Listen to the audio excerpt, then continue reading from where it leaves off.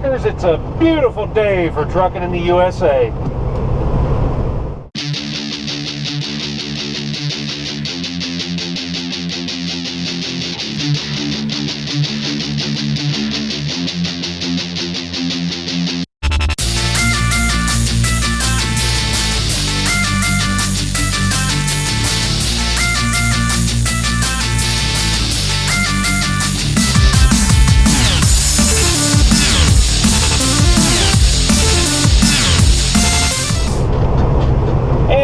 And it's bright and sunny on a Monday morning. I'm headed over to Richardson, North Dakota. Going to be picking up a big old load there going down to Odessa, Texas. So supposed to be meeting up with another guy I run there with. We actually ran over here this weekend, but he lives out this way, so he had to run home and go see the wife and take care of some things and everything. So we'll be meeting up again this morning, and then we'll be heading on down to Texas together once we get loaded. There's supposed to be some tanks. I guess they're 13 feet in diameter, so I'm going to be pretty tall on this. I don't know if we're going to require a pole collar or not yet. We'll just have to see. But pretty good little load though. So let's go over and get this thing put on a trailer.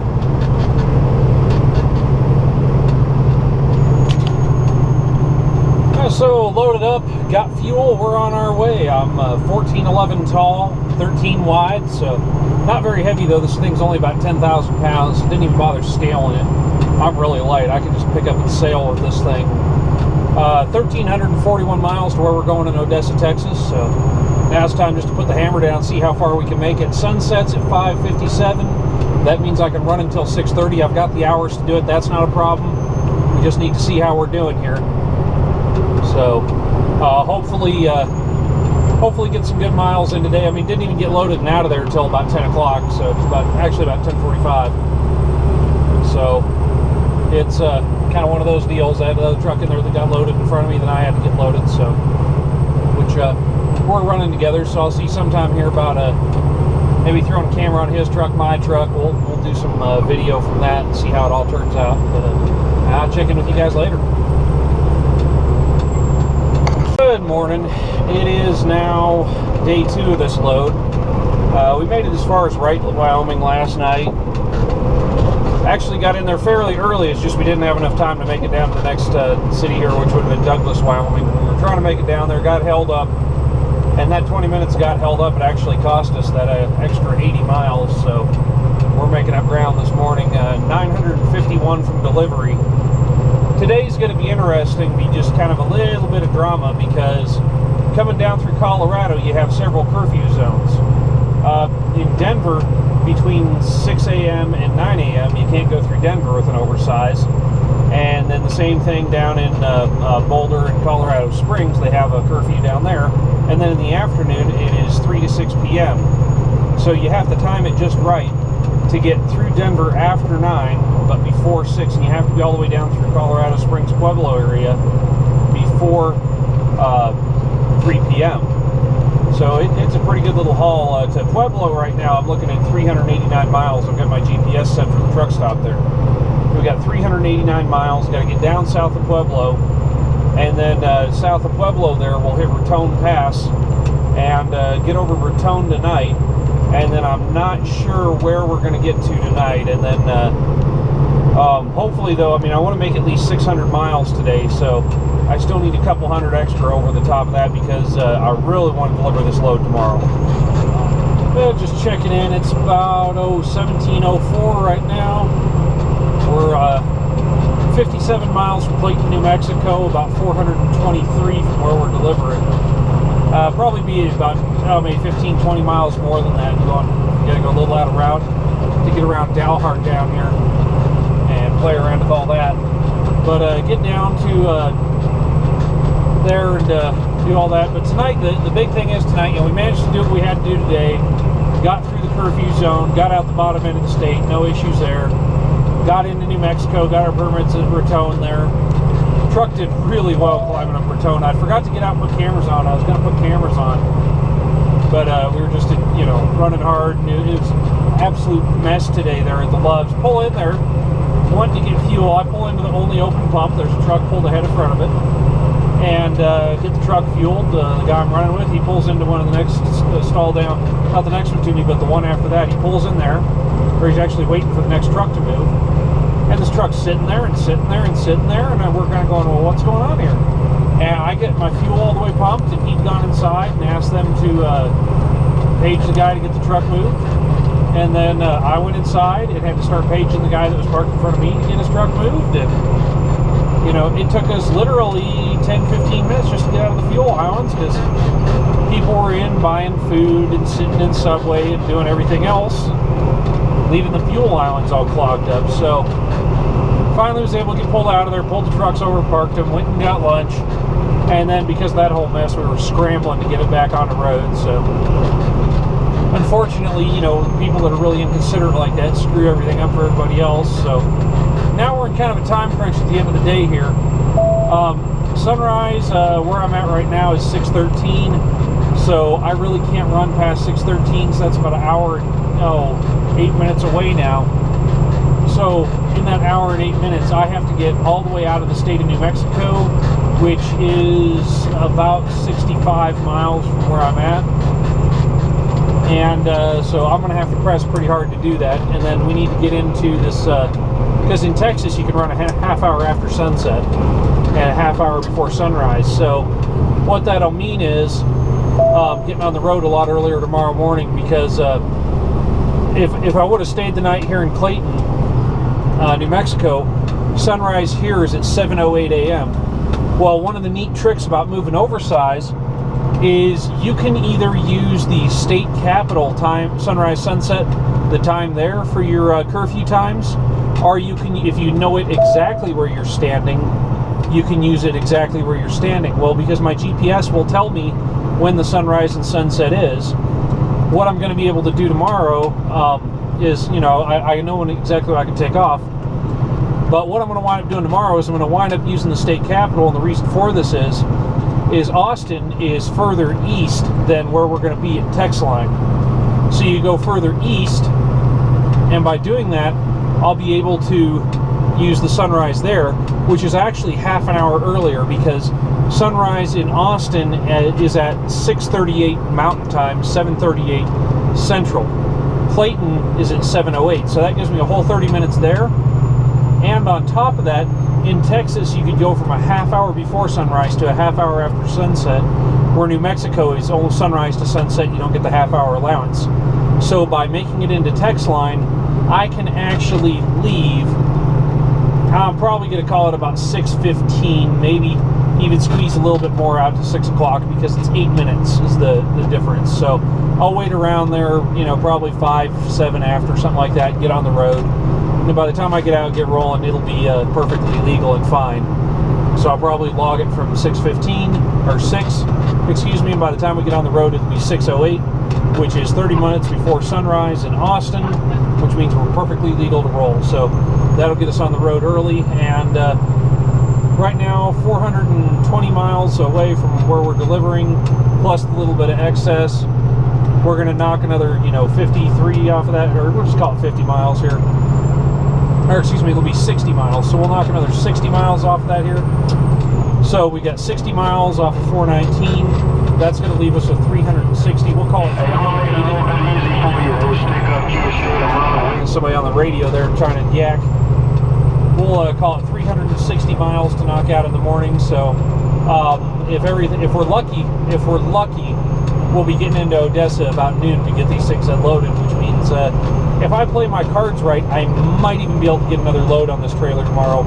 We'll see, but I really want to get in, get the truck and trailer washed, because the trailer is just filthy, and I mean filthy, from that run across, with the rear end and going and everything else. So gotta see if I can get it cleaned up and whatnot, because I really want to get this thing, cleaned up and looking good. I don't like letting my truck get dirty, and the whole thing's dirty right now, because I want them delivering up in a place that was pretty muddy. They got some rain, and then I went up there. So we'll see how it all pans out. I'll check in with you guys either this evening or in the morning, and we'll let you know how it went. Here we are, getting ready to go. I'm up late because the phone didn't change time zones until first thing this morning. So, oh man, look at that. That's a sunset there. Or excuse me, sunrise. Yeah, it's early. I'm saying stupid things. There's the tank we're hauling. This is the camera that goes on the back of the truck, so I'm going to go ahead and get this thing put on here and take you guys a little video today.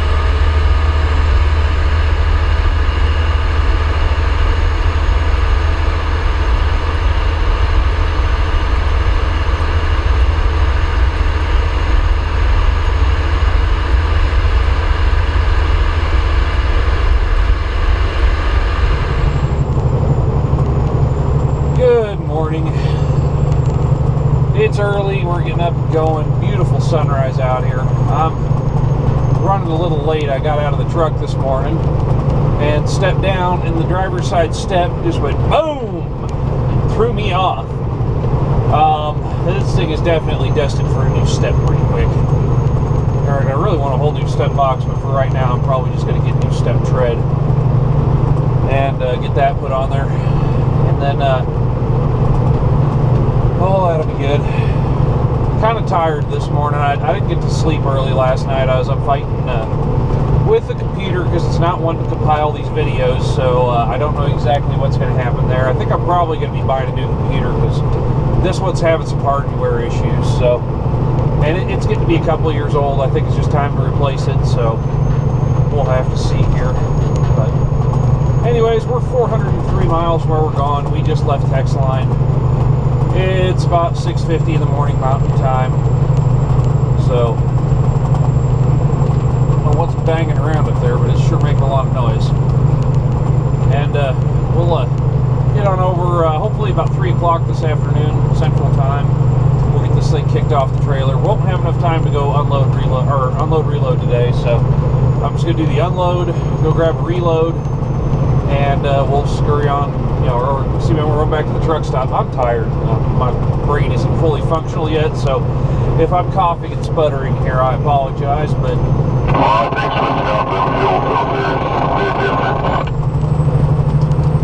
good deal. That's the guy I'm running with. His fuel filter's crapped out on him last night. He could barely keep up with it. So, Anyways, I would get in tonight, get the truck washed, get a shower, get cleaned up, you know, get the inside of this truck cleaned up, finish shooting another video, see if I can get another one to compile so I can get something up.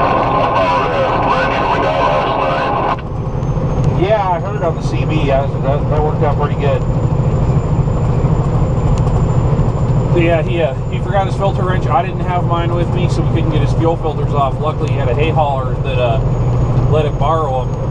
So got us back on the road again here, and we didn't have to mess around with it this morning because we were going to have to stick around and go find one.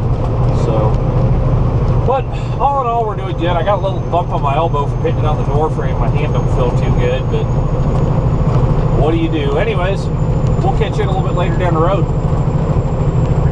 Inefficiency in the whole system is what you're saying. Oh, that's a great. It's ridiculous up there up in Oakland. Yeah. Oh my God! If you go to the port of Oakland for 1 week, that'll make you move out of California.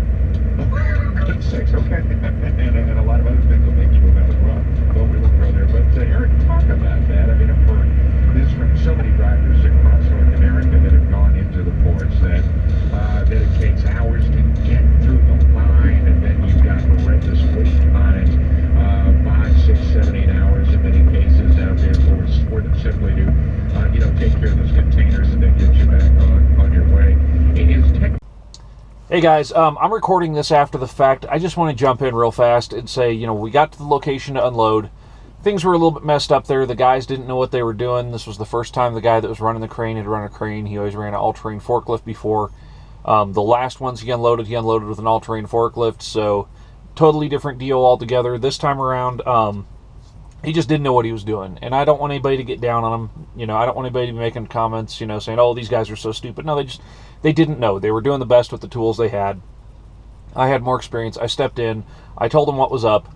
I don't want to turn this into a, oh my God, these guys were so stupid. I even debated whether or not I wanted to include this in the video, but I figure it's better to include it so other people can learn from it as well versus, trying to act like nothing went on. So you guys get to see what happened here. This is why it actually took an extra day to deliver this load.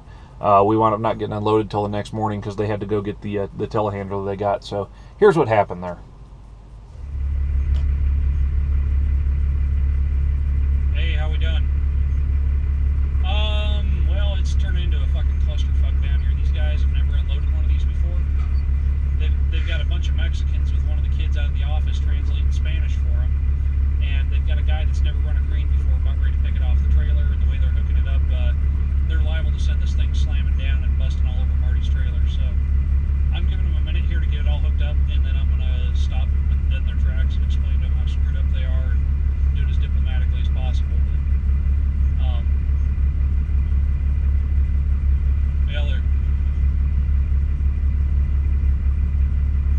yeah, I'm here. You want me to just go ahead and drop the hammer and say, hey, this ain't going to work? Alrighty. Yeah.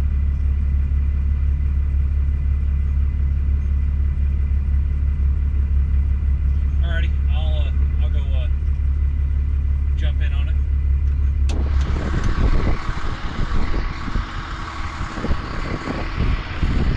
Very good.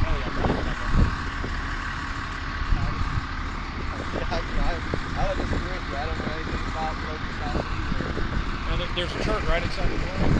Yeah. With the way this thing was configured, when you put it down on wheels, and 34 feet of extension, which from the center pivot there, I'm guessing 34 feet.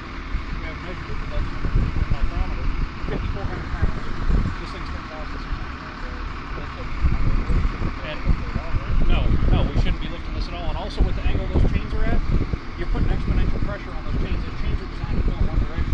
When you're putting an outward pull on them like that, you're actually creating more pressure on the chain because it's having to pull inward and upward at the same time. Right. So you're going to see the working load limit of those chains trying to pick up like that. Chains meant to pull, not to come in like that. What?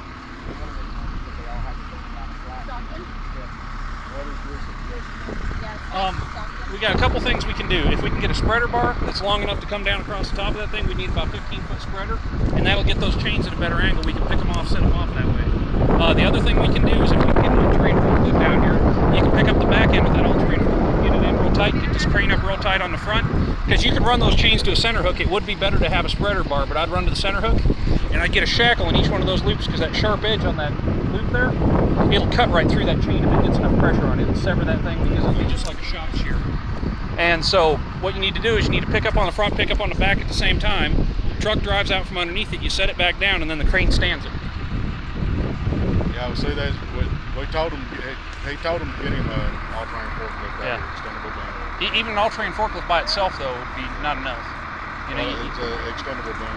Yeah, but I'm saying, well, it's because with the way the chains are, you need to have a long enough, you know, with steel cables it's a little bit different. With chain, it's real easy to bust a chain because each one of those links are welded. So, and this is grade 70, so the working load limit of this is 7,700 pounds. And so, you know, that's... See, those are drag chains, they're not lifting chains. Right, those aren't lifting chains either. So if those break off of there, and they're gonna, you know, and OSHA has to come out here and make a report, the first thing they're gonna do is look for the tag on those chains, and they're gonna say this isn't proper lifting gear, and then it's gonna be a whole shitstorm. Because every lifting chain is supposed to have a tag on the end that has the rating written right on it. I mean, that's...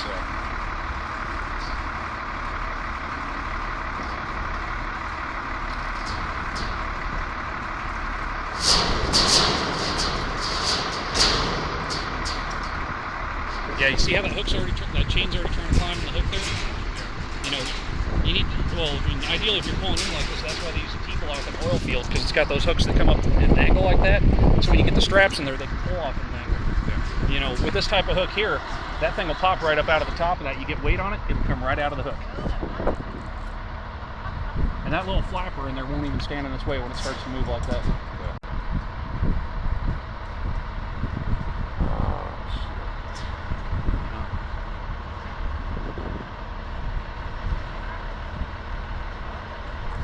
And with this crane, if you got this crane and all terrain out here, this would go just smooth as could be, you know, and it'd be a lot easier to rig too. Because the front rings you can rig while standing on the ground. The back, you just got to get a loop around that centerpiece. So you got a guy with a ladder up there, runs up, puts a choker around that ladder, hooks it into the hook, and you're on your way. None of all this climbing around over the top of it and taking a chance somebody's off busting their ass.